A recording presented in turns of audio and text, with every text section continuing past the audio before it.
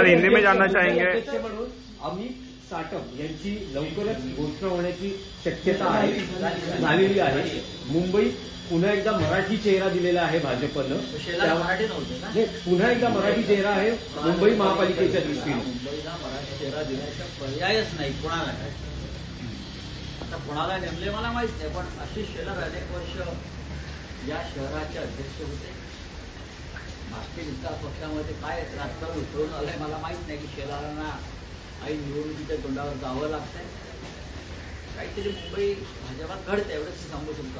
Sir Hindi में निवडणुकीच्या तोंडावरती कुठेतरी तुम्हाला बाजूला केलं आणि त्यामुळे भाजपमध्ये गोंधळ सुरू आहे असं संजय राऊतांनी आता म्हटलं की भाजपमध्ये काहीतरी गोंधळ सुरू आहे। संजय राऊत यांनी पहिलं त्यांच्या महाविकास आघाडीत जो सावळा गोंधळ चालू आहे तो पहिला बघावा, मग दुसऱ्याच्या गोंधळाकडे बघा। स्वतःच्या घरात सावळा गोंधळ आणि दुसऱ्याच्या घरात बघण्याची भूमिका ही त्यांची भूमिका आहे।